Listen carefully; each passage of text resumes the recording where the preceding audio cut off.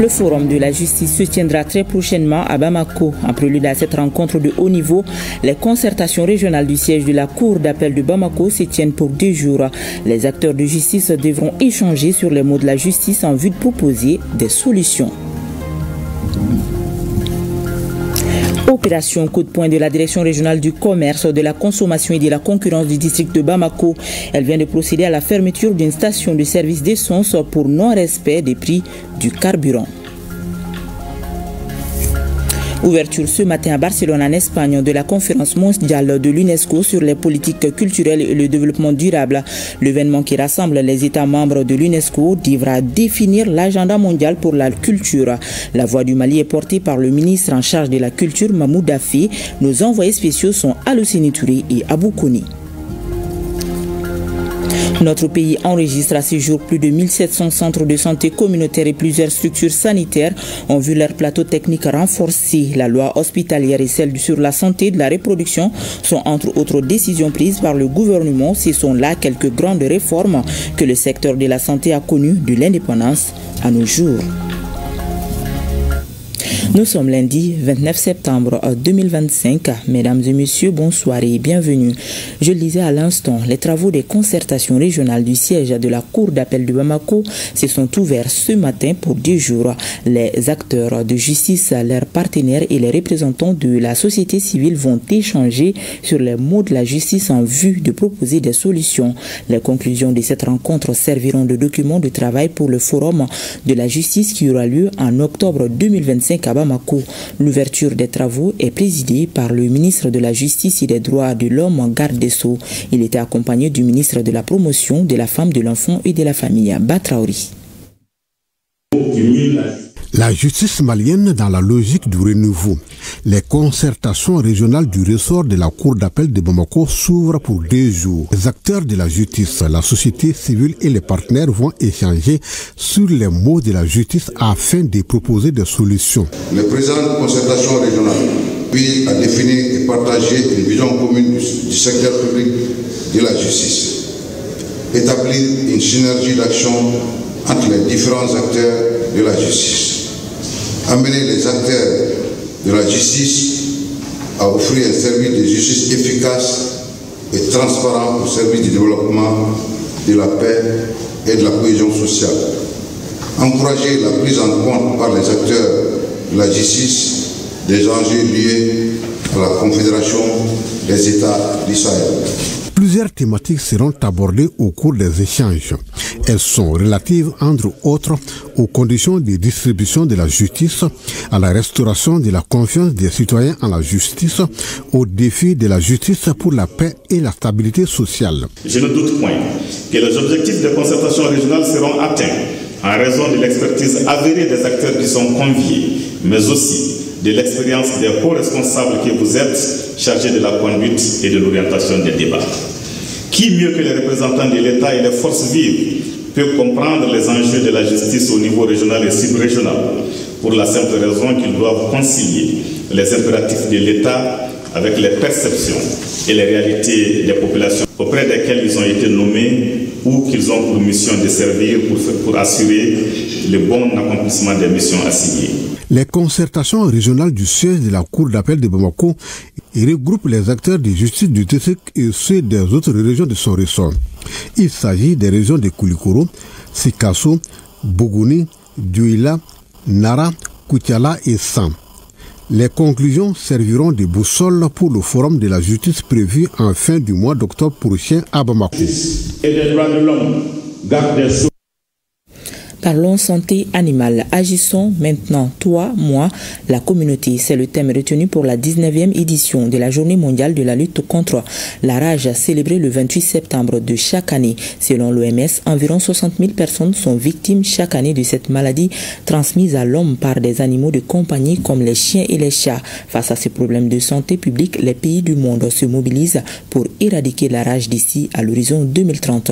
Boubacar Bablin Touré pour plus de précisions. Selon les statistiques de l'Organisation mondiale de la santé OMS, environ 60 000 personnes décèdent de la rage chaque année dans le monde avec un taux de mortalité de 60%, ce qui fait de cette maladie une des plus redoutables mais évitables. Transmise à l'homme par des animaux de compagnie comme le chien, le chat, le moyen le plus efficace de lutter contre la rage reste l'information et la sensibilisation des propriétaires à faire vacciner les animaux de compagnie. C'est tout le sens de la commémoration de la Journée mondiale de la lutte contre la rage. Au Mali, on a enregistré en 2023, 2024 et 2025 respectivement 11, 15 et 12 cas humains de rage, tous suivis de décès. La majorité des décès liés à la rage, tant chez l'humain que chez l'animal, est imputable à un accès inadapté aux ressources de santé publique et au traitement préventif. 95% des cas mortels de rage se manifestent en Afrique et en Asie. Et 40% des cas mortels concernent les enfants, malheureusement. Pour cette 19e édition, le thème retenu est « Agissons maintenant, toi, moi, la communauté ». Un choix qui s'explique par la volonté et la détermination des pays du monde à éradiquer la rage d'ici à l'horizon 2030. L'éradication de la rage est bien possible car nous disposons d'outils techniques efficaces pour cela. De très bons vaccins aussi bien pour les humains que pour les animaux, des immunoglobulines efficaces pour les cas d'exposition aux morsures de chiens infectés qui, rappelez-vous, représentent plus de 90% des cas de transmission à l'homme et des techniques appropriées de diagnostic de laboratoire. En tant qu'entreprise du secteur vétérinaire, nous prenons l'engagement de continuer à soutenir toutes les initiatives en faveur de la santé animale et de la prévention des zoonoses, non seulement par la fourniture des produits de qualité, mais aussi par notre présence sur le terrain aux côtés des professionnels. Pour donner le ton de cette 19e édition, le ministre Ba et ses collègues en charge de l'agriculture et de l'environnement ont inoculé les premières doses de vaccins, un geste suivi de remise symbolique de frigos et d'engins roulants au service vétérinaire. Depuis quelques jours, des vidéos circulent sur les réseaux sociaux selon lesquelles des champs de mil ont été attaqués par des oiseaux granivores dans le cercle de Bankas, région de Bandiagara. Le directeur général de l'Office de protection des végétaux affirme que ces vidéos ont été filmées au Cameroun en 2021, mais il reconnaît que des manifestations des oiseaux granivores ont été constatées dans les communes de Baya et de Kolongo-Habé dans le cercle de Bankas. Des dispositions sont prises pour circonscrire ces attaques et minimiser les dégâts. Alidou Mohamedou est au micro de Siaka Konaté et Tchadja Kamara. La vidéo qui est en train de circuler n'est pas une vidéo prise à Bankas. C'est une vidéo qui a été prise en 2021 dans une région du Cameroun qu'on appelle Ouaza. Actuellement, je peux vous confirmer qu'il y a des manifestations d'oiseaux granivores dans la région de Bandiagara, mais qui sont suivies aussi bien par les agents d'encadrement de la protection des végétaux et des secteurs d'agriculture que par les autorités locales et régionales. Les zones concernées, c'est surtout la commune de Baye et la commune de Kolongo-Habé, où un certain nombre de villages font l'objet d'attaques d'oiseaux granivores. Et ces zones-là sont dans la zone de ce qu'on appelle le Sourou, qui est aussi une zone commune avec le Burkina. Ils font des dégâts de part et d'autre des frontières. Et aussi, la nuit, ils vont se reposer dans des sites inaccessibles pour pouvoir les atteindre pour faire des traitements aériens contre eux. Les activités de surveillance et de lutte qui sont en train d'être menées, c'est surtout l'application des méthodes alternatives de lutte qui sont à la disposition des producteurs. Avant le démarrage de la campagne, les agents recommandent aux producteurs de changer de spéculation. Mais cette disposition, jusqu'à présent, tarde à être appliquée. Maintenant, quand les semis sont faites, les méthodes recommandées, c'est vraiment à ce stade actuel, les cultures ne sont pas arrivées à maturité. Il faut procéder au gardiennage actif des champs. Il faut procéder à faire coucher les pieds de mil et de sorgho pour leur permettre de continuer leur développement jusqu'à maturité. Il faut également procéder à la récolte des épis dès que les grains sont arrivés à la maturité physiologique. Depuis que la situation a commencé, avec l'accompagnement des maires de ces deux communes, 228 hectares ont été activement gardés par les populations. Et aussi, ils ont déniché 6 hectares dans les zones de nidification qui sont accessibles pour diminuer la pression aviaire sur les cultures. Les vidéos qui circulent, c'est pour enflammer seulement la situation, mais ça ne reflète pas la réalité du terrain. Bien sûr, il y a des dégâts par-ci, par-là, qui sont très légers, peut-être moyens à certains endroits. Aussi, nous avons des produits phytosanitaires et des drones qui peuvent être utilisés pour lutter contre ces mouvements d'oiseaux. Malheureusement, leur utilisation en cette période est difficile à cause d'abord de l'inaccessibilité aux zones de nidification, les zones dans lesquelles les oiseaux vont faire les nids ou bien les zones dans lesquelles les oiseaux vont passer la nuit.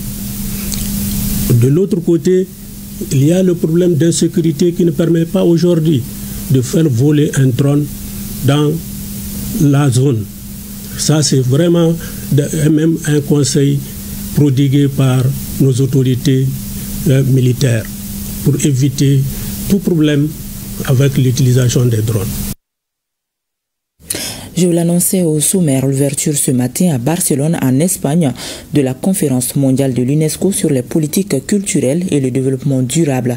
Dénommé Mondia Culte, organisé tous les 4 ans, ce forum constitue le principal cadre mondial de dialogue et de coopération culturelle.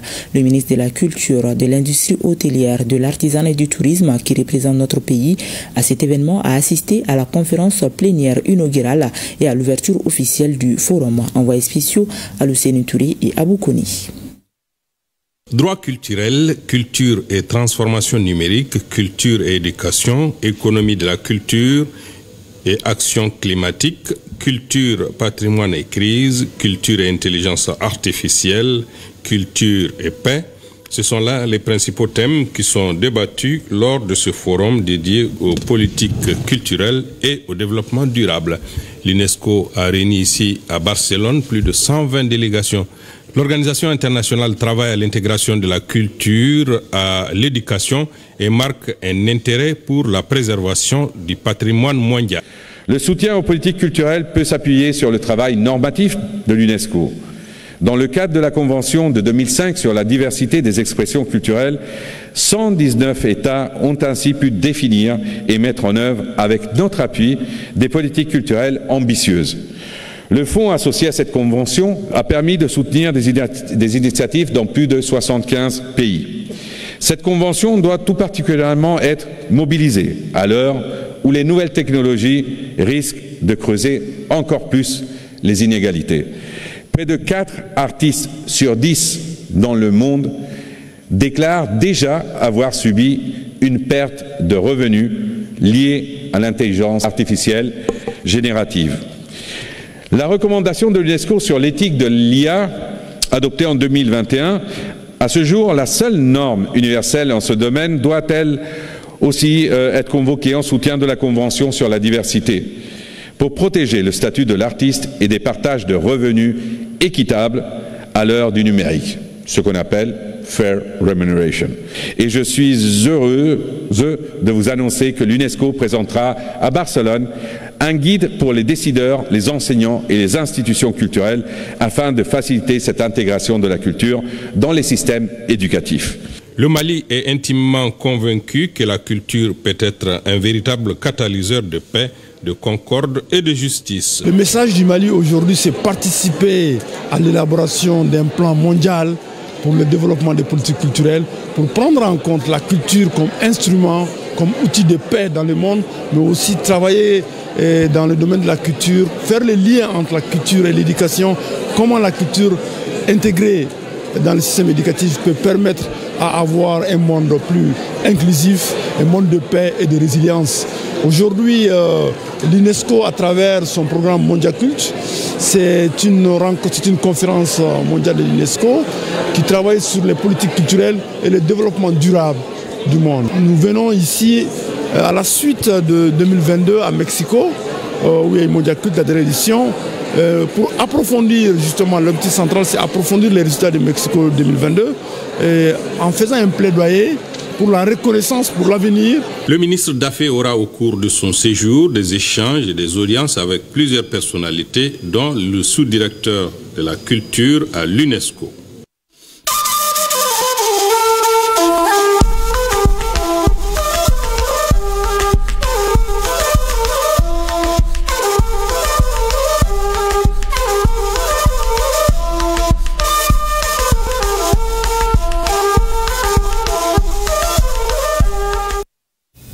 Les experts des administrations douanières de la Confédération des États du Sahel, AES, se rencontrent en prélude à la 4e réunion des directeurs généraux des douanes de notre confédération. Une rencontre couplée à la 2e réunion du comité de pilotage sur l'interconnexion des systèmes informatiques des administrations douanières des pays membres de l'AES et de la République du Togo. Le thème des travaux de la session est l'harmonisation des procédures douanières pour un commerce fluide et sécurisé dans l'espace AES. C'est le directeur général des douanes maliennes, Amadou Konaté, qui a présidé l'ouverture des travaux. On fait le point avec Nyanya Aliou Traoré et Mbarakou Maïga. Du 1er au 3 octobre prochain, Bamako accueille l'administration douanière de la Confédération des États du Sahel. C'est à la faveur de la 4e réunion des directeurs généraux des douanes de l'espace confédéral. Revenons en arrière, exactement le 15 mai 2025, le ministre de l'économie et des finances, Aluseini Sanou, par ses mots aux participants de la 3e réunion du même genre, disait que les peuples et les États du Sahel comptent sur les administrations douanières pour plus d'intégration de leurs économies, voire pour booster leur développement par l'harmonisation des textes et procédures, l'assistance administrative mutuelle, la lutte contre les trafics et la criminalité transfrontalière. Un vœu qui se matérialise puisque les douanes des 3 pays poursuivent la concertation. Pour ce faire, l'harmonisation de nos procédures et bonnes pratiques n'est pas un luxe, mais une nécessité absolue. Il nous appartient de transformer nos frontières, souvent perçues comme des barrières, en des véritables vecteurs de développement économique et social.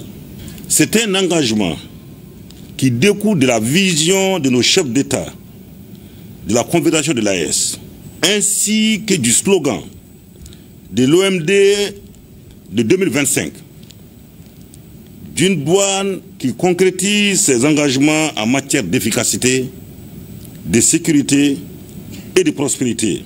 C'est ce jeudi 2 octobre que se tiendra la réunion officielle. Mais déjà, les experts se mettent à la tâche afin de peaufiner les acquis et proposer des solutions innovantes pour l'avenir. C'est pourquoi d'ailleurs, l'inspecteur général Amadou Konaté les exhorte à mettre en commun leurs expertises dans un souci de franche collaboration. Au cours de vos présents travaux, vous évaluerez les progrès réalisés depuis la dernière réunion des directeurs généraux. Vous examinerez 2 projets de texte, à savoir le Code des douanes et le tarif extérieur commun de l'AES. Et vous aborderez certainement d'autres questions intéressant nos administrations.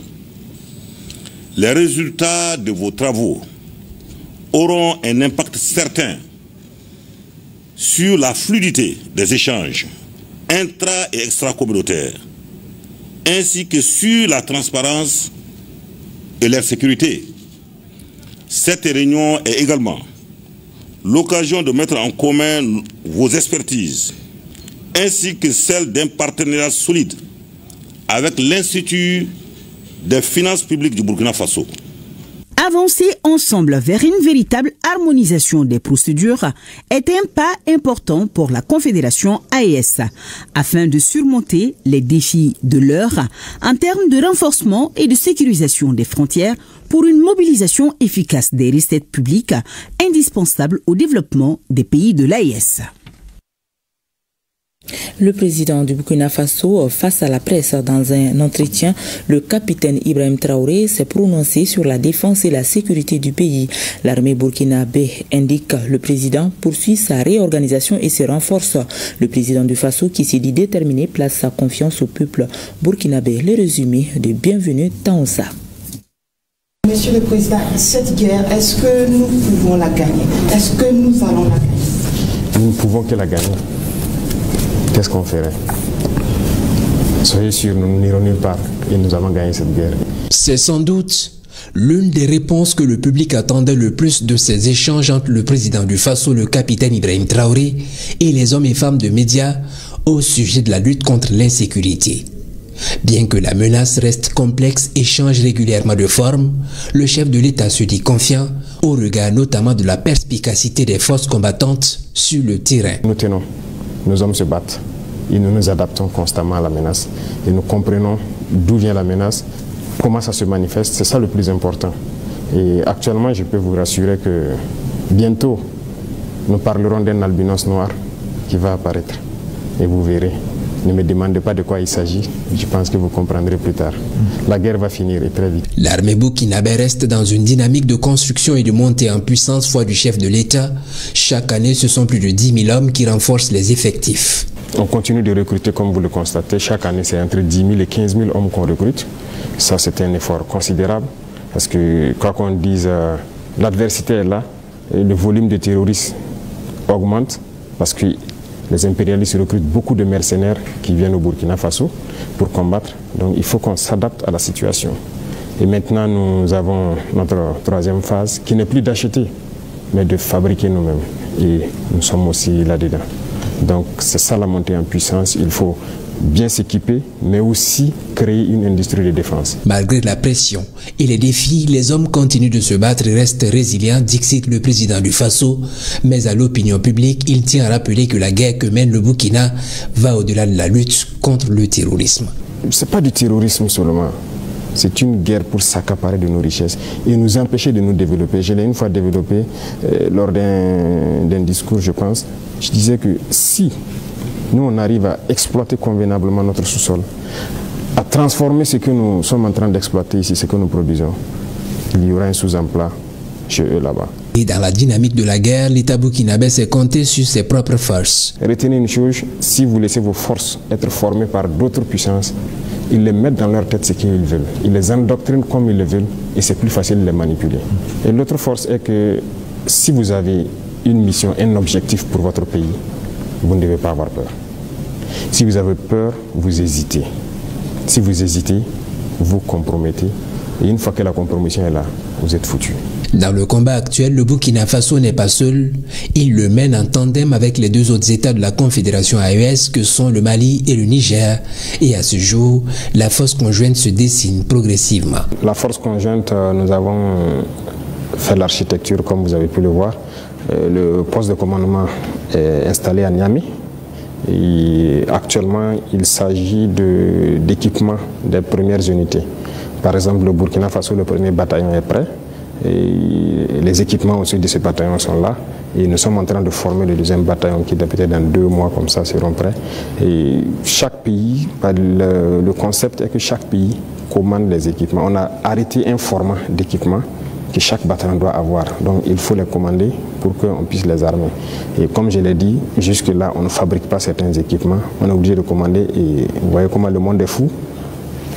Tout le monde prépare la guerre. Vous pouvez commander aujourd'hui un équipement, on vous donne 4 mois, 6 mois, 8 mois, souvent même des années. Pour la réussite de sa mission, le capitaine Ibrahim Traoré dit placer sa confiance au peuple qui constate des efforts pour accompagner la dynamique de reconquête totale du territoire à travers notamment leur contribution au fonds de soutien patriotique. Il faut qu'on libère nos terres et qu'on sécurise nos populations. Ça, c'est l'urgence absolue. Le Premier ministre nigérien, ministre de l'économie et des finances, Ali Mohamed Lamine Zein, a profité de son séjour à New York dans le cadre de la 80e Assemblée générale des Nations unies pour rencontrer les représentants des hauts conseils des Nigériens aux États-Unis et au Canada. Une rencontre importante qui a permis d'échanger sur les préoccupations de la diaspora et de rappeler le rôle essentiel qu'elle doit jouer dans la refondation et le développement du pays. Compte rendu Ousmane Sani Abdou. En marge des travaux de la 80e session ordinaire de l'Assemblée générale de l'ONU à New York, le Premier ministre, ministre de l'économie et des finances Ali Mohamed Lamine Zen a rencontré vendredi 26 septembre le représentant du Haut Conseil des Nigériens aux États-Unis et au Canada. Une rencontre hautement symbolique marquée par une ambiance fraternelle et constructive tenue dans les locaux de la mission permanente du Niger auprès de l'ONU. Ali Mohamed Lamine Zen a invité les Nigériens de l'extérieur à investir davantage dans les secteurs porteurs afin de participer pleinement à la création de richesses et au transfert de compétences. Le Niger a besoin de tous ses fils et filles où qu'ils se trouvent, a-t-il déclaré, appelant à une mobilisation collective pour bâtir une économie solide et souveraine. Le Premier ministre a également insisté sur le respect des lois des pays d'accueil, gage de crédibilité pour chaque citoyen, et sur la fierté d'afficher son identité à travers la détention du passeport nigérien. Le ministre des Affaires étrangères, Bakary Yahou Sangaré, a auparavant répondu aux préoccupations soulevées par la diaspora. Il a encouragé les Nigériens de l'extérieur à se rapprocher des missions diplomatiques pour mieux identifier les opportunités d'investissement et contribuer activement au développement du pays. Le ministre a également annoncé la réouverture prochaine de l'ambassade du Niger au Canada, entièrement rénovée, confirmant ainsi la volonté du gouvernement de renforcer sa présence diplomatique. Cette rencontre vient, une fois de plus, réaffirmer la place centrale de la diaspora dans la refondation du Niger et le rôle majeur qu'elle est appelée à jouer dans la construction d'un avenir prospère et souverain pour la nation nigérienne.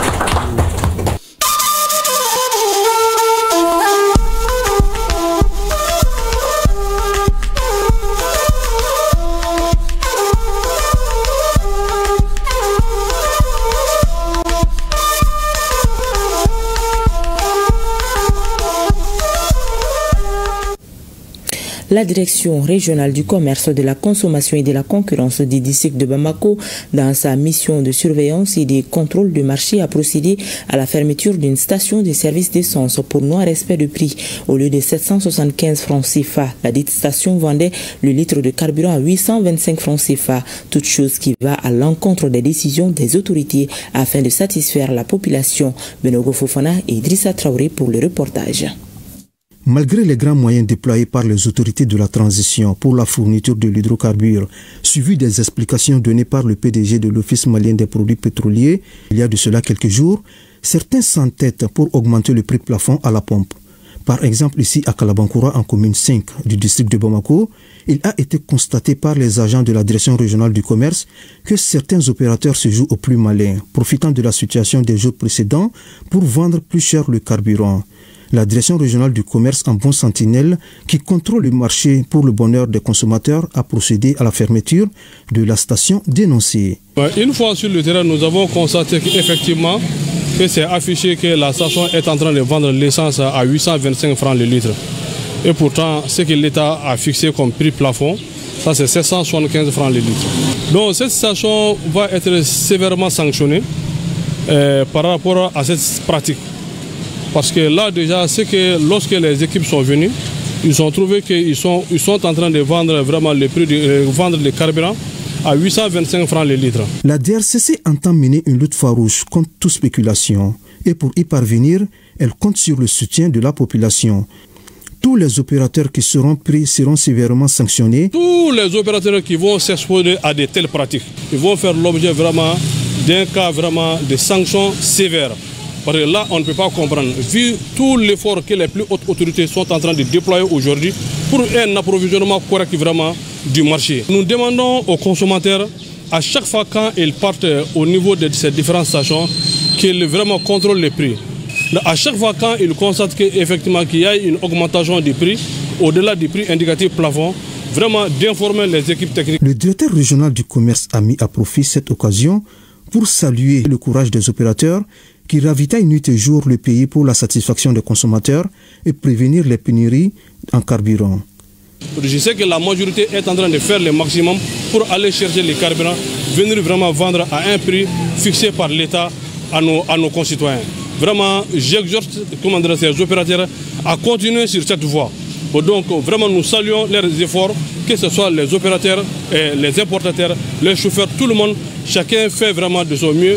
Cette première fermeture de station d'essence est un message clair et fort envoyé par Bamba et son équipe aux autres pétroliers. L'ouverture des classes, parlons-en, elle n'est qu'à un pas, changeant ainsi l'ordre des dépenses familiales. La priorité est donnée aux occupants des bancs, le sac, les cahiers, les stylos, les livres sont entre autres articles à payer. Comment les parents et vendeurs de fournitures s'arrangent pour l'occasion, comment se porte le marché des fournitures scolaires. Awadama Koulibaly et Yaya Kone ont fait le tour des lieux de vente, suivant le reportage. À pareille heure, l'effervescence doit être palpable autour des fournitures scolaires. Mais le marché est encore morose. Le marché tourne vraiment au ralenti. J'attribue cela à la conjoncture actuelle. Les clients viennent petit à petit. Comme les gens n'ont pas l'habitude de venir, avant, tout le monde attend avec les dernières minutes. Ceux qui se présentent cherchent des pépites pour des élèves de différentes classes. Je suis venu pour acheter le matériel pour mes frères. Mon frère, lui, fait la 8e année, l'autre fait la 4e année. Les enfants, il y a un qui fait le jardin d'enfants, et l'autre, lui, il fait la 3e année, l'une fait la 5e. Et leur grande sœur fait la 9e cette année. Je viens faire des achats pour un élève de la terminale. Pour ce qui est du prix, personne ne semble se plaindre. Toutes les années, c'est ici quand même que moi je viens acheter mes fournitures pour les enfants. Donc je ne vois pas trop de différence par rapport à l'année dernière. Ça dépend également de ce que vous voulez avoir comme fourniture. Si vous voulez avoir de la qualité, il faut mettre du prix, forcément. Il n'y a pas eu d'augmentation. Au contraire, ça veut que le marché de fournitures scolaires a beaucoup très baissé cette année. Madame Sidibé vient de Ségou. Elle fait d'une pierre deux coups. Je suis venue acheter les fournitures scolaires de nos enfants. Ils sont neufs, dont un au préscolaire. Je vends déjà des sacs et je profite pour m'approvisionner en cahiers. J'ai trouvé le prix abordable. Ils m'ont vendu le paquet à 1000 francs CFA. En cette période, tout le monde s'improvise vendeur de fournitures scolaires. Mais une fois la rentrée passée, chacun se retire. Nous qui restons dans le secteur toute l'année, nous en profitons beaucoup moins. Malheureusement, on ne peut rien y faire. Chacun cherche une porte de sortie. Après un premier achat, il faut aussi prévoir un deuxième lot de fournitures, au cas où. On met des cahiers en réserve pour remplacer ceux qui seront gâtés ou perdus. Certains peuvent bien entretenir, d'autres, bon, ça peut se perdre, ça peut se casser. Donc les parents doivent être toujours prêts vraiment à venir au secours. Pour garder les effets scolaires en bon état, notamment les cahiers et les livres, les parents n'hésitent pas à mettre de nouveau la main à la poche. Monsieur Telly fait de la plastification depuis plus de 30 ans. Je paye les cartons de cahiers, je les plastifie. Les cahiers de 100 pages, je les vends à 400. Les cahiers de 200 pages, je les vends à 800 francs l'unité. Quand on amène les cahiers, je plastifie un cahier à 200 francs. Mais si c'est trop, on négocie. Après tant d'efforts, les parents n'attendent pas moins des occupants des bancs. Il doit prendre soin de ces matériels-là parce que l'argent qu'on vient de donner, bon, c'est beaucoup quand même. Parce que 50 000 là, c'est pas facile. Surtout d'étudier. Parce que les parents, ils mettent les mains et les pieds en attendant toujours des résultats et des bons résultats, on va dire, de manière générale. C'est ça. Rendons-nous à présent dans la cité de 333-100 où le ministre de la Réconciliation, de la Paix et de la Cohésion nationale, le général du corps d'armée Ismaël Ouagui, a lancé les travaux d'assainissement et d'embellissement de la ville de Tombouctou.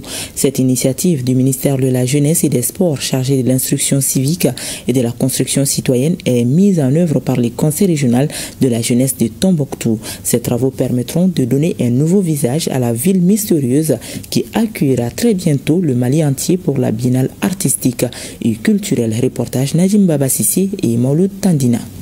Le ministre Ismaël Ouagui donne le premier coup de pinceau, marquant le démarrage des travaux d'assainissement et d'embellissement de la ville de Tombouctou au rond-point Bahadou. Un choix qui ne relève pas du hasard. C'est là que sera implantée la mascotte de la Biennale artistique et culturelle que Tombouctou a l'honneur d'organiser. Cette initiative émane du ministère de la Jeunesse et des Sports, chargé de l'instruction civique et de la construction citoyenne, exécutée par le Conseil régional de la jeunesse de Tombouctou, engagé à rendre à Tombouctou toute sa coquetterie d'antan. Ces travaux, c'est pour rendre la ville plus propre, plus beau, assainir la ville de Tombouctou et l'embellir. Partageant cette approche du Conseil régional de la jeunesse, la délégation spéciale de la commune urbaine de Tombouctou a brillé par sa solidarité envers les jeunes, en mettant à leur disposition des moyens logistiques pour atteindre les résultats escomptés. Je voudrais saluer l'appui et l'accompagnement du Conseil régional de la jeunesse de Tombouctou en choisissant la vraie figure de Tombouctou. Il s'agit ici de la place Bahadou, que nous n'allons pas laisser les jeunes seuls. La délégation spéciale va les accompagner par la logistique. Nous en disposons. Faire de Tombouctou une ville accueillante, propre, saine et jolie pour cette activité artistique nationale qu'est la Biennale, c'est l'une des priorités. Alors la jeunesse, avec l'appui de la délégation spéciale, s'est engagée à prendre le taureau par les cornes pour faire en sorte que ces activités puissent commencer très rapidement avant l'activité culturelle nationale qu'est la Biennale. Une initiative du ministère de la Jeunesse qui s'inscrit dans le cadre d'un pavage général, une particularité à Tombouctou, et c'est dans le cadre de cette initiative que la jeunesse s'est engagée. Ces travaux qui viennent d'être lancés engagent l'ensemble de la jeunesse de Tombouctou qui s'attelle déjà à dégager le sable qui a envahi le goudron et curer les caniveaux. Toute chose qui démontre l'esprit civique et la volonté de la jeunesse de transformer les obstacles en victoire. Dans la cité des Balangeons, les producteurs et productrices des grands bassins de production du fonio se retrouvent avec les chercheurs. C'est à la faveur d'une journée porte ouverte sur les technologies de production agroécologie du fonio à la station de recherche agronomique de Cinzana. L'objectif est de partager les résultats des expérimentations menées pour améliorer la production et la productivité du fonio. De Ségou, la correspondance de Kandesila et Bassi Traori. Le fonio pour une sécurité alimentaire durable et nutritionnelle, tel est le thème de cette journée porte ouverte à la station de recherche agronomique de Cinzana. Une journée qui mobilise une soixantaine de participants venus des grands bassins de production du pays autour des chercheurs. L'initiative s'inscrit dans le cadre de la mise en œuvre du programme de recherche sur le fonio financé par la fondation américaine Mike Knight. L'objet de la journée d'aujourd'hui, c'est d'exposer nos technologies aux producteurs afin qu'ils puissent nous aider vraiment à sélectionner certaines d'entre elles qui pourraient être utilisées par les producteurs eux-mêmes. Et aussi nous aider vraiment à faire une sélection au moins de deux technologies qu'on doit amener à 1000 paysans l'année prochaine pour la division de ces technologies à la grande échelle. Nous développons nos matériels, nous développons nos technologies. Il ne sert à rien de les développer s'ils ne sont pas mis à la disposition des producteurs. Et même si on les met à la disposition des producteurs, je pense qu'il est extrêmement important que les producteurs viennent sur place, au lieu où nous faisons notre travail, pour voir exactement ce que nous sommes en train de faire. Échanges et visites de terrain auront permis aux participants de s'imprégner davantage des pratiques agroécologiques à travers l'analyse comparative de plusieurs technologies développées pour l'amélioration de la production et de la productivité du fonio. Nous avons vu qu'il y a une différence entre le fonio semé à la volée et le fonio semé en ligne. Celui semé en ligne est plus rentable. Autrefois, nous ne semons les fonio qu'à la volée. Il n'y avait pas de désherbage. Mais ici, le fonio est semé en ligne et les parcelles sont bien propres, avec un rendement certain. Notons que la station de recherche agronomique de Cinzana, qui a été inaugurée en 1983, a pour vocation essentielle de trouver des solutions appropriées aux contraintes majeures de production au niveau des différentes spéculations, comme le mil, le sorgho et autres fonio. Plus de 173 millions de francs CFA, c'est le montant injecté dans des équipements, du matériel, de médicaments, des consommables et des intrants de la planification familiale au profit des districts sanitaires de Gao et d'Ansongo. L'initiative est de l'ONG CAR Mali en partenariat avec l'ONG TASAC.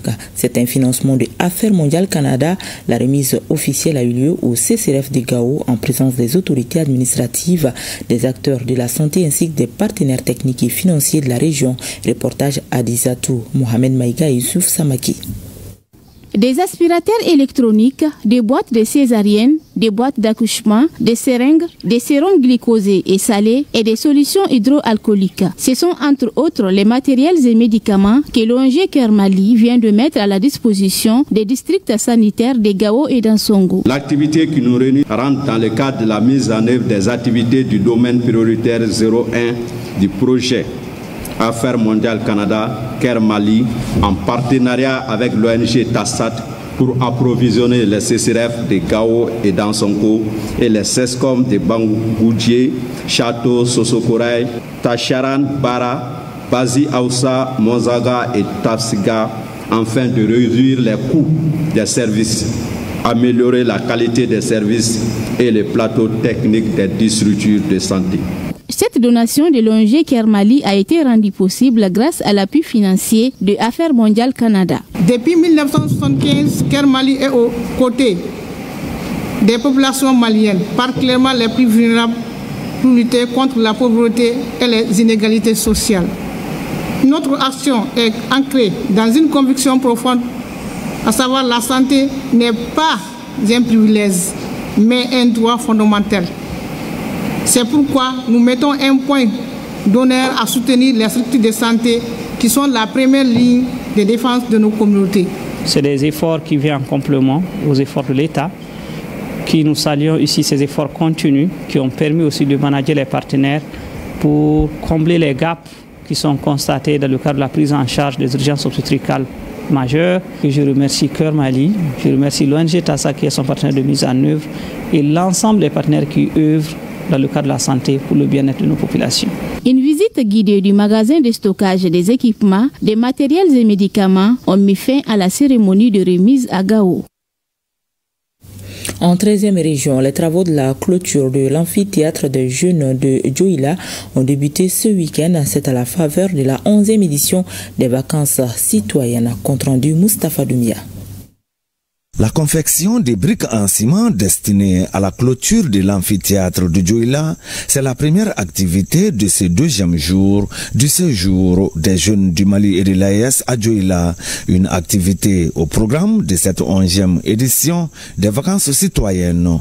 L'initiative est à la fois symbolique et importante pour le Conseil régional de la jeunesse qui voit un de ses rêves se réaliser. Ces vacances citoyennes ont permis de transformer le cadre de vie à Fana et Djoïla. Vraiment, je suis très content. La deuxième activité du jour est une conférence au débat portant sur la drogue et les substances nocives. Elle est animée par un expert en la matière, un thème d'actualité qui a permis d'accroître les connaissances des jeunes sur la drogue et les produits nocifs. L'avenir d'un pays revient à la jeunesse. Alors nous ne pourrons pas parler de cet avenir tant que cette jeunesse n'est pas consciente. Et en parlant de conscience, vraiment, on a besoin d'être en bon état dans tous les sens. Le ministère de la Jeunesse, là où il passe, parle donc des effets néfastes de la consommation de la drogue afin que les jeunes puissent se ressaisir. Parce que c'est l'avenir du Mali. Il faut vraiment prendre garde afin que les jeunes, nos jeunes, les jeunes Maliens, nos enfants puissent vraiment être préparés avec un corps sain dans un esprit sain. Les vacances citoyennes se poursuivent dans le Baninko avec au programme des activités sportives, des conférences et des travaux d'investissement humain. La coalition de lutte contre la corruption tient à Bougouni un atelier de 2 jours. Il s'agit d'échanger sur des alternatives participatives et décentralisées de lutte contre la corruption et l'enrichissement sensible du genre. Le compte-rendu de Agali Agagissa et Djibril Bagayogo. Les acteurs de lutte contre la corruption et organisations de la société civile de la région de Bougouni s'approprient les stratégies de lutte contre le phénomène. Un atelier de 2 jours visant à sensibiliser les populations sur l'impact néfaste de la corruption et l'enrichissement illicite vient d'être organisé dans la cité de Banimonenti par la coalition de lutte contre la corruption et ses partenaires. Cette rencontre s'inscrit dans le cadre de la mise en œuvre de la deuxième phase du projet LUCI 2, fruit d'un partenariat fécond entre le programme des Nations Unies, PNUD, et la coalition de lutte contre la corruption, CLC. On attend de la société civile une participation active. La participation active, c'est à travers la dénonciation des pratiques collectives et de l'enrichissement illicite. Les participants se réjouissent de cette initiative qui contribue au développement de notre pays et qui cadre bien avec la volonté des autorités maliennes. Nous sommes bien outillés maintenant pour lutter contre la corruption, car on a fait la formation sur le rapport du vérificateur général de l'OCLEI. On sait maintenant par où commencer et comment faire pour pouvoir lutter contre la corruption. L'activité s'inscrit en droite ligne des 3 principes qui guident les relations de coopération au Mali, à savoir le respect de la souveraineté du Mali, le respect des choix stratégiques et du choix des partenaires opérés par le Mali, la défense des intérêts vitaux du peuple malien dans la prise de décision. L'atelier a été animé par des experts du bureau du vérificateur général et de l'Office central de lutte contre l'enrichissement illicite.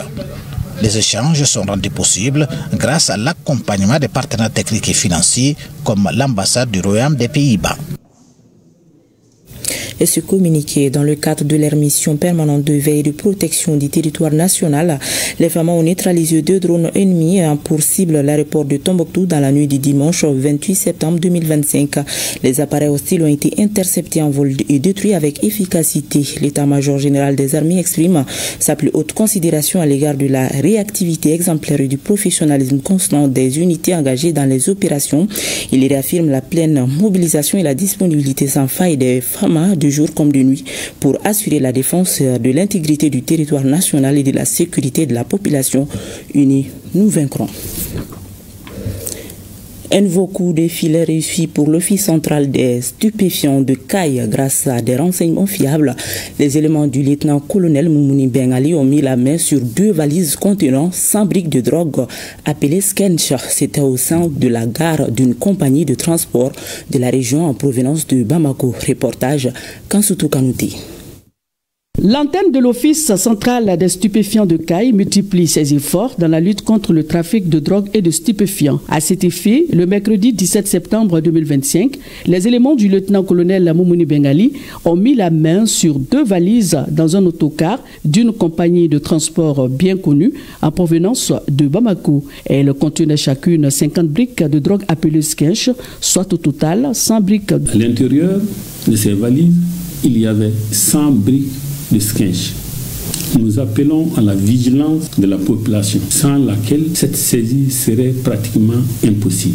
Nous remercions les autorités hiérarchiques qui ont mis à notre disposition le maximum d'outils de travail. Nous avons encore saisi quelques cartons de produits pharmaceutiques contrefaits. Et cette saisie a été faite sur les mêmes lieux que la saisie des 100 briques de cannabis. Cette saisie majeure, après celle du 6 août 2025 dernier, au poste de contrôle de Samé, à quelques kilomètres de Caille, constitue une nouvelle preuve de l'efficacité et de la vigilance sans faille et constante des forces de l'OCS de Caille, avec à leur tête le lieutenant-colonel Moumouni Bengali. Cette opération rentre dans le cadre de la lutte contre le trafic illicite de drogue initiée par l'État. À Ségou, l'Institut Corée des Arts et Métiers ICAM lance sa 3e promotion de master en management culturel. Le programme instauré au compte de l'année académique 2025-2026 accueille des auditeurs venus de plusieurs pays d'Afrique, notamment le Mali, le Burkina Faso, le Togo et la République démocratique du Congo. Le lancement des activités est marqué par une conférence-débat sur les thèmes économie créative et propriété intellectuelle. Mariam Koulibaly.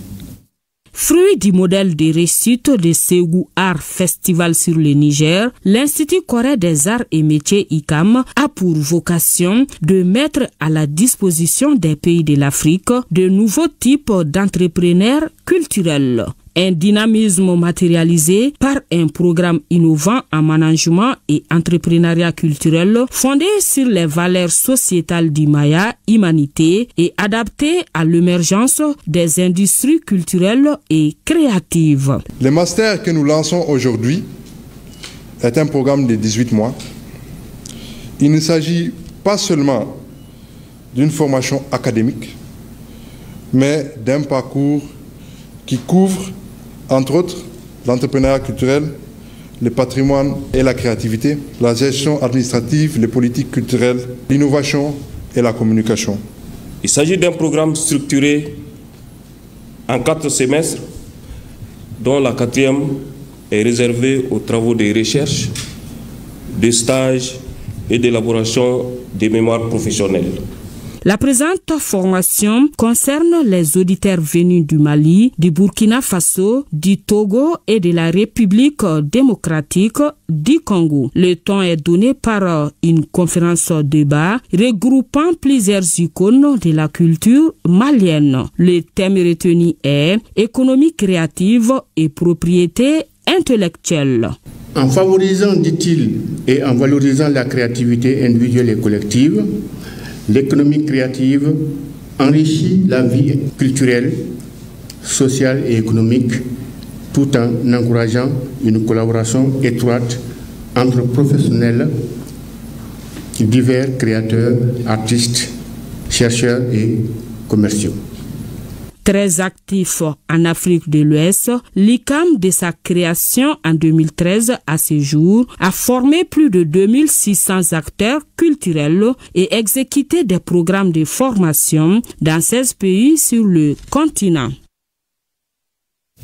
À la 80e session de l'Assemblée générale à New York, le ministre de la Santé et du Développement social a eu des entretiens avec le ministre responsable de OCHA, l'agence onusienne chargée de l'action humanitaire. Assaba Diallo Touré a aussi rencontré le directeur régional de l'OMS.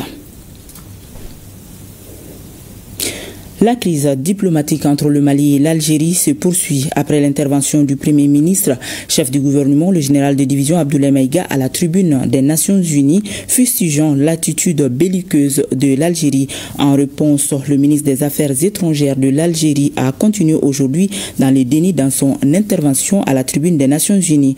Le représentant permanent du Mali auprès des Nations Unies a réagi en appelant le régime algérien a cessé ses ingérences intempestives et inacceptables dans les affaires intérieures du Mali. Je vous propose de suivre l'intervention de son Excellence Issa Konfourou. La délégation du Mali n'a pas pour habitude d'exercer un droit de réponse. Cependant, les attaques personnelles, grossières et condescendantes du ministre algérien des Affaires étrangères m'obligent à intervenir pour corriger les contre-vérités que nous avons entendues. Par respect pour le décorum de cette auguste assemblée et pour l'idéal incarné par les Nations Unies, la délégation du Mali ne s'abaissera pas au niveau des invectives et attaques personnelles à la limite de la décence proférées par le ministre algérien des Affaires étrangères. Ce faisant, il a délibérément choisi de ne pas dire un seul mot des affaires à l'origine des tensions inédites entre nos deux pays. Pour ma part, je réitère la teneur de la déclaration du Mali, prononcée par le général de division Abdoulaye Maïga, Premier ministre et chef du gouvernement de la République du Mali le 26 septembre 2025, pour rappeler que les tensions actuelles entre nos deux pays prennent leur origine essentiellement dans les ingérences intempestives et inacceptables du régime algérien dans les affaires intérieures du Mali. Le peuple malien a décidé de prendre son destin en main et s'est approprié son processus de paix. Ensuite est venu se greffer les différends concernant la destruction par les forces armées et de défense algériennes d'un drone de reconnaissance et de surveillance des forces armées et de sécurité maliennes dans la nuit du 31 mars au 1er avril 2025.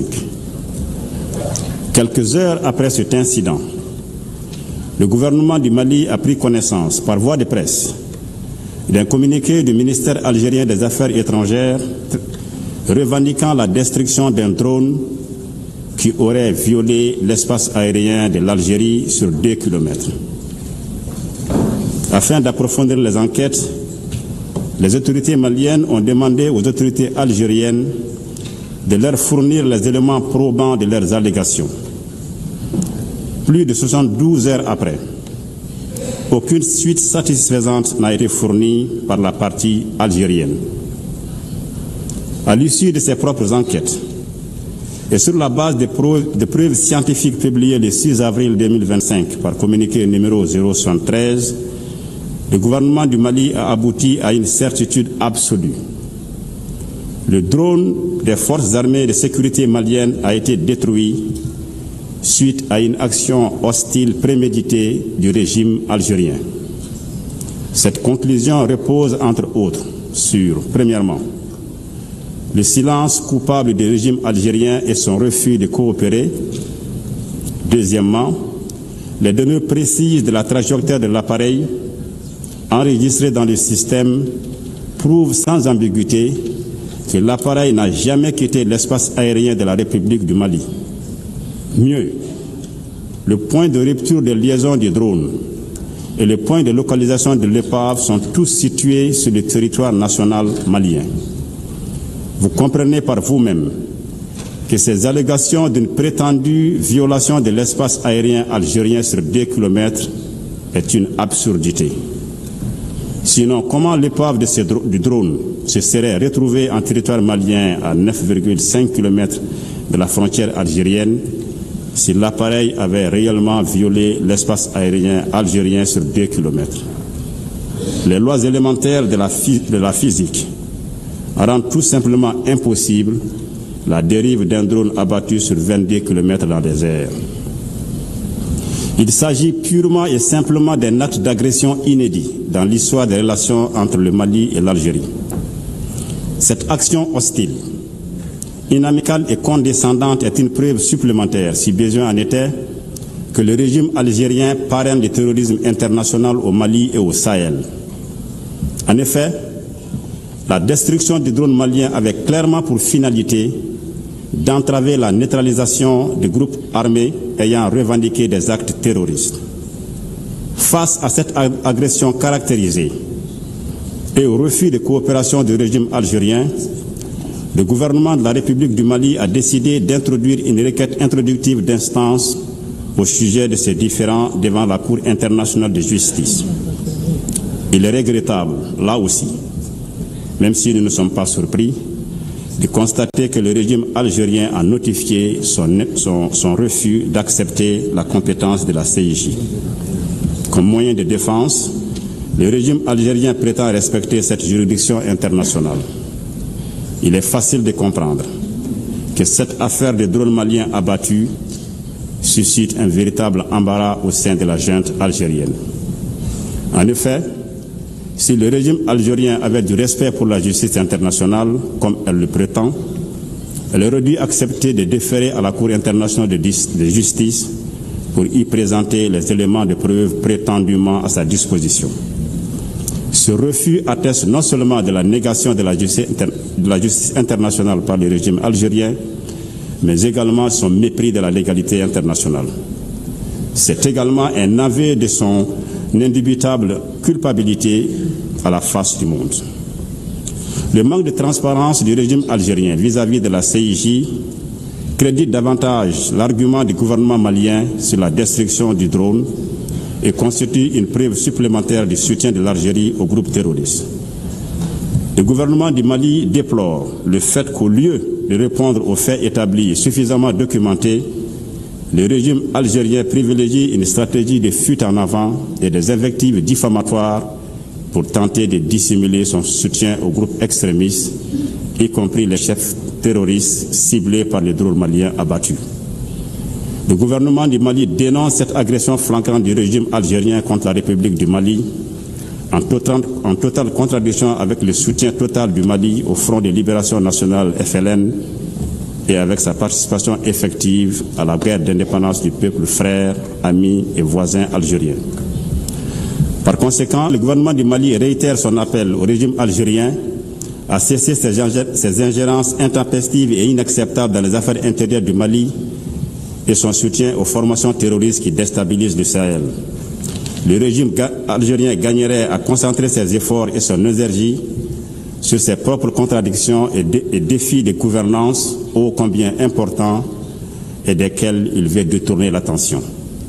Nous renouvelons notre appel au régime algérien à changer d'approche, à améliorer ses relations avec ses voisins et à travailler de bonne foi à la stabilité, à la sécurité collective, au développement durable dans la région, dans le respect de la souveraineté des États. Je termine en rassurant que le gouvernement du Mali ne ménagera aucun effort pour défendre le territoire national et pour assurer la protection des personnes et des biens. À l'instant, l'intervention de son Excellence Issa Okonfuru à la tribune des Nations Unies. Parlons à présent des grandes réformes que le secteur de la santé a connues de l'indépendance en nos jours. L'initiative à soins de santé primaire a été soutenue par la Première République. À la date de décembre 2024, notre pays a enregistré plus de 1700 centres de santé communautaires. Loi d'orientation sur la santé, loi hospitalière et celle sur la santé de la reproduction sont entre autres décisions prises par le gouvernement. Le plateau technique de plusieurs structures sanitaires a été également renforcé. Koumba Sissé et Oumar Katraoré nous font le point des grandes réformes du secteur de la santé. Dans les années 1960, la population malienne était estimée à environ 5 millions d'habitants. Et aujourd'hui, selon les dernières statistiques, notre pays compte plus de 22 millions. Vu cette croissance progressive de la population, de nombreuses réformes ont été lancées pour renforcer notre système sanitaire. Depuis l'indépendance, on avait testé un tout petit peu les soins de santé primaire dans la version agent de santé villageois. D'abord, il y avait la matrone, ensuite l'accoucheur traditionnel, ensuite l'hygiéniste sécuriste. En 1962, il y a eu l'inauguration de l'école secondaire de la santé. Pour la décennie 1970, on a eu le deuxième séminaire national des travailleurs de la santé et des affaires sociales. Les travailleurs de la santé ont proposé dans une résolution qu'on aille vers la privatisation. Plusieurs autres lois et textes ont été votés pour réguler les secteurs de la santé. On a adopté ce que nous avons appelé la politique sectorielle de santé et de population. À partir de 2000, il y a eu la loi hospitalière. Les textes ont été adoptés en 2002. Il y a eu donc la loi d'orientation sur la santé, puis il y a eu la loi sur la santé de la reproduction. Une des priorités des dirigeants de la Première République a été la promotion de la santé communautaire. On est allé exactement des soins de santé primaire qui a été initié. Et ces soins de santé primaire ont été développés autour des centres de santé de zone que les colons ont laissés. Donc, SSP, première phase, n'a pas réussi. À cause des difficultés financières de l'époque, des réflexions ont été menées de part et d'autre sur comment renforcer la santé communautaire au Mali. C'est d'ailleurs lors de la 37e session de l'Organisation mondiale de la santé en 1987, tenue à Bamako, que beaucoup de décisions sont prises, d'où la création du premier centre de santé communautaire. Les communautés se sont organisées pour matérialiser l'initiative de Bamako. Et c'est ainsi que le premier SESCOM a vu le jour en 1987 dans un quartier populaire ici à Bamako qu'on appelle Bankoni et qui est toujours là aujourd'hui. De 1987 à nos jours, le nombre des SESCOM ne fait qu'augmenter au Mali. À la date du 31 décembre 2024, nous sommes à 1760 centres de santé communautaires, dont 1686 sont fonctionnels. Toujours dans les soucis d'amoindrir les frais médicaux, le gouvernement a mis en place d'importants dispositifs, notamment l'assurance maladie obligatoire AMO et le régime d'assistance médicale RAMED. Depuis son entrée en vigueur, il a profondément transformé l'accès aux soins de santé pour des milliers de citoyens. Grâce au mécanisme du tiers payant, les assurés ne supportent que 30% des frais liés aux soins ambulatoires et 20% des frais d'hospitalisation. En effet, il ne concerne actuellement qu'environ 22% de la population. Justement, pour permettre aux autres couches de la société d'avoir accès à des soins à moindre coût, le gouvernement a initié le RAMU, Régime d'assurance maladie universelle. Quant au RAMED, il assure gratuitement la couverture sanitaire des indigents et d'autres personnes qui sont dans des situations de vulnérabilité. L'État a vu qu'à un moment donné, il fallait ouvrir un peu ce régime. L'État a permis au RAMED aussi aujourd'hui d'intervenir dans le cadre de la prise en charge des blessés de guerre. Donc il n'y a pas uniquement que les blessés de guerre. Nous avons ce qu'on appelle les admis de droit, tout ce qui relève des administrations pénitentiaires, les prisonniers, les enfants abandonnés qui sont au niveau de la pouponnière. Nous intervenons un peu partout dans ces domaines-là.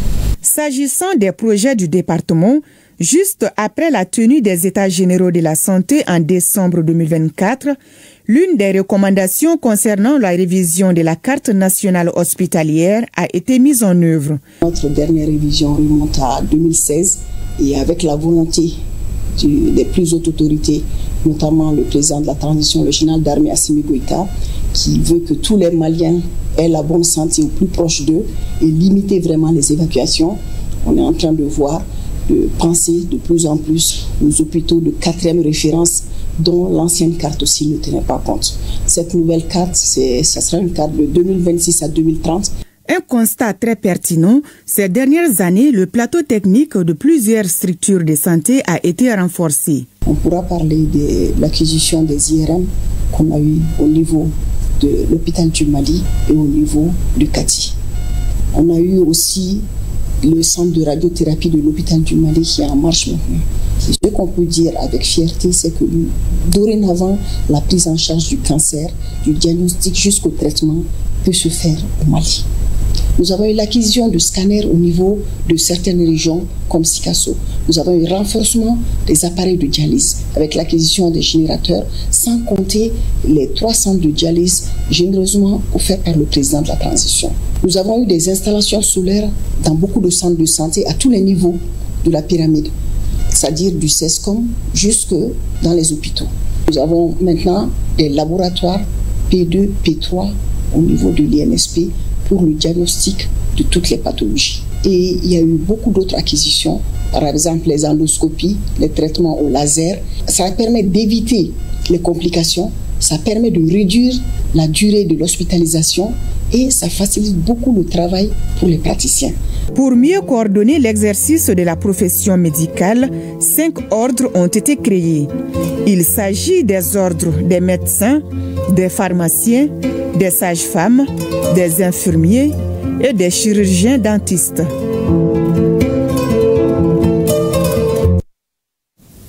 Et c'est la fin de ce journal. C'était un réel plaisir de vous le présenter.